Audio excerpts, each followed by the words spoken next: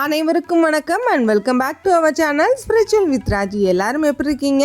எல்லாரும் நல்லா இருக்கணும்னு இறைவன்ட்ட பிரார்த்தனை பண்ணிக்கிறேன். இன்னைக்கு இல்லை இது கொஞ்சம் பழைய வீடியோ தான். சரியாக சொல்லணும்னா கரெக்டாக நம்ம ஊருக்கு போனோம்னு சொன்னோம் இல்லையா, அன்னைக்கு எடுத்த வீடியோ தான். கொஞ்சம் விநாயகர்லாம் உள்ளே தூக்கி வச்சுட்டு, வெளியில் இருக்கக்கூடிய விநாயகர், குட்டி விநாயகர் எல்லாரையும் உள்ளே தூக்கி வச்சுட்டு, விளக்கு தீபம்லாம் உள்ளே வச்சுட்டு நல்லா க்ளீன் பண்ணிட்டு போயிடலாம். ஏன்னா ஊருக்கு போயிட்டு வந்தோம் அப்படின்னா ரொம்பவே டயர்டாயிரும். கொஞ்சம் நம்ம வேலையெல்லாம் முடிச்சுட்டு போயிருந்தோன்னா ரொம்பவே பெட்டராக இருக்குன்றதுக்காக எல்லாத்தையும் க்ளீன் பண்ண ஆரம்பிச்சுட்டு, இப்போ இல்லை எப்போ ஊருக்கு போனாலும் சரி, பக்கத்தில் ஒரு இடத்துக்கு போனாலும் க்ளீன் பண்ணிட்டு போனால் எனக்கு ஒரு பீஸ்ஃபுல்லாக ஒரு சாட்டிஸ்ஃபைடாக இருக்கும். வீட்டுக்கு வரோம் அப்படின்னா நல்லா க்ளீனாக பார்க்கும்போது நமக்கு ஒரு மனசுக்கு திருப்தியாக நம்ம அடுத்தடுத்த வேலைகளை பார்க்கலாம். ஏன்னா வர டைமிங் எப்படின்னு நம்ம கரெக்டாக சொல்ல முடியாது இல்லையா, அதனால் அதுக்கேற்ற மாதிரி பார்க்கலாம். இன்னும் சொல்லணுன்னா வெளியூருக்கு போயிட்டு வரோம் இல்லை பக்கத்தில் போயிட்டு வரோம் அப்படின்னா ஒரு டயர்டு கொடுத்துரும் உடம்புக்கு.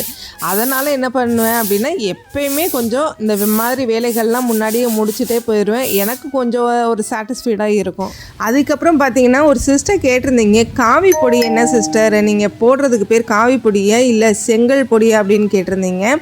இது காவி பவுடர், அதாவது நைஸாக இருக்கும் இல்லையா, பவுடர் கன்சிஸ்டன்சியில் இருக்கும், க்ரீம் மாதிரி இருக்கும். இதை கலந்தோம் அப்படின்னா இப்போ நான் காட்டுறது பார்த்தீங்க அப்படின்னா கோல மாவு மாதிரி திருன்னு இருக்கும். இது வந்து நம்ம கோல மாவு மாதிரி அப்ளை பண்ணுறது, அப்படியே போடுறது.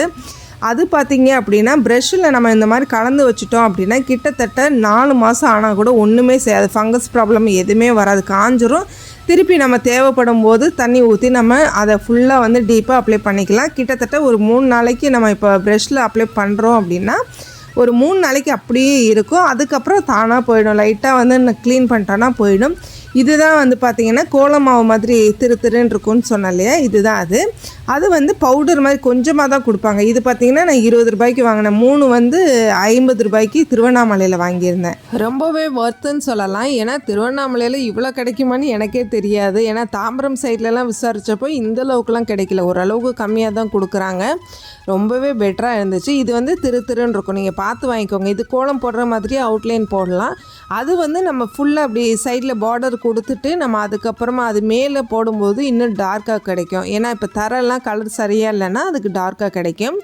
அதுக்கப்புறம் பார்த்திங்கன்னா இந்த காவி பொடி, அதாவது ஒரு பவுடர் மிக்ஸ் பண்ணுற மாதிரி இருக்கும் அப்படின்னு சொன்னேன் இல்லையா, பேஸ்ட் மாதிரி. இதை வந்து நம்ம விளக்கில் வந்து நல்லா இப்போது சில நாட்கள் ஆக ஆக என்ன ஆகும்னா விளக்கோட ஓரங்கள்லாம் அப்படியே ரொம்ப கறி பிடிச்சி ஒரு மாதிரி ஆயிரும் இல்லையா.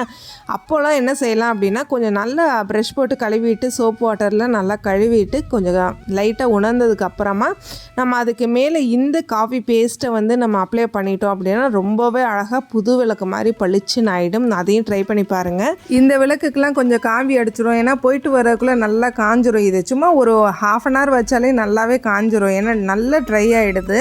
அதே மாதிரி இப்போ விநாயகர் இருக்கார் இல்லையா, அந்த குட்டி விநாயகர், இவரையுமே கொஞ்சம் தூக்கிட்டு இதுக்கு அடியில் உள்ள அந்த தொட்டிட்டு எல்லாமே க்ளீன் பண்ணிவிட்டு, அதே மாதிரி அந்த பிளேட் வச்சுருக்கேன் இல்லையா, ட்ரைனேஜ் பிளேட்டு, அதுலேயும் கொஞ்சம் தண்ணி ஊற்றிட்டு போயிட்டோம் அப்படின்னா ஒரு 3 நாளைக்கு தாக்கு பிடிக்கும். அது இல்லாமல் பார்த்தீங்க அப்படின்னா ரொம்ப யோசிச்சுக்கிட்டே இருந்தேன், ஒரு செடிகளை விட்டுட்டு போகிறோமே. இப்போ மண்ணில் தரையில் இருக்கக்கூடிய செடிகள்னால் அடியில் எங்கிட்டு தண்ணி இருந்தாலும் ஓடி போய் வேர்கள் வந்து இழுத்துக்கிறோம். அதே வந்து நம்ம இப்போ தொட்டியில் இருக்கக்கூடிய செடிகள்னால் ரொம்ப பாவம் கஷ்டப்படுவாங்க இல்லையா. அது வெயில் சம்மரு, காலையில் தண்ணி ஊற்றுவேன், ஈவினிங் பார்த்திங்கன்னா மண் ஒரு மாதிரி ட்ரையான மாதிரி இருக்கும். அதனால் பார்த்துட்டிங்கன்னா ரொம்ப கஷ்டப்பட்டேன். ஆனால் சென்னையில் சரியான மழை அடித்து ஊற்றி இருக்குது. அதான் நம்ம என்ன யோசிக்கிறோமோ அதுதான் நமக்கு நடக்குன்ற மாதிரி, பரவாயில்ல எப்படியோ நான் சேவ் பண்ணிவிட்டேன் என் செடிகளை அப்படின்னு நினச்சிட்டு இருந்தேன்.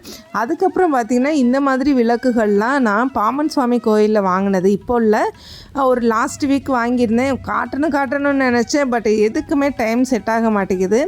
கண்டிப்பாக எல்லா வீடியோவுமே அப்டேட் அப்பப்போ கொடுத்துட்றேன். அதுக்கப்புறம் பார்த்தீங்கன்னா இந்த மாங்காய் மாதிரி ரொம்ப அழகாக இருக்குது இந்த விளக்கு.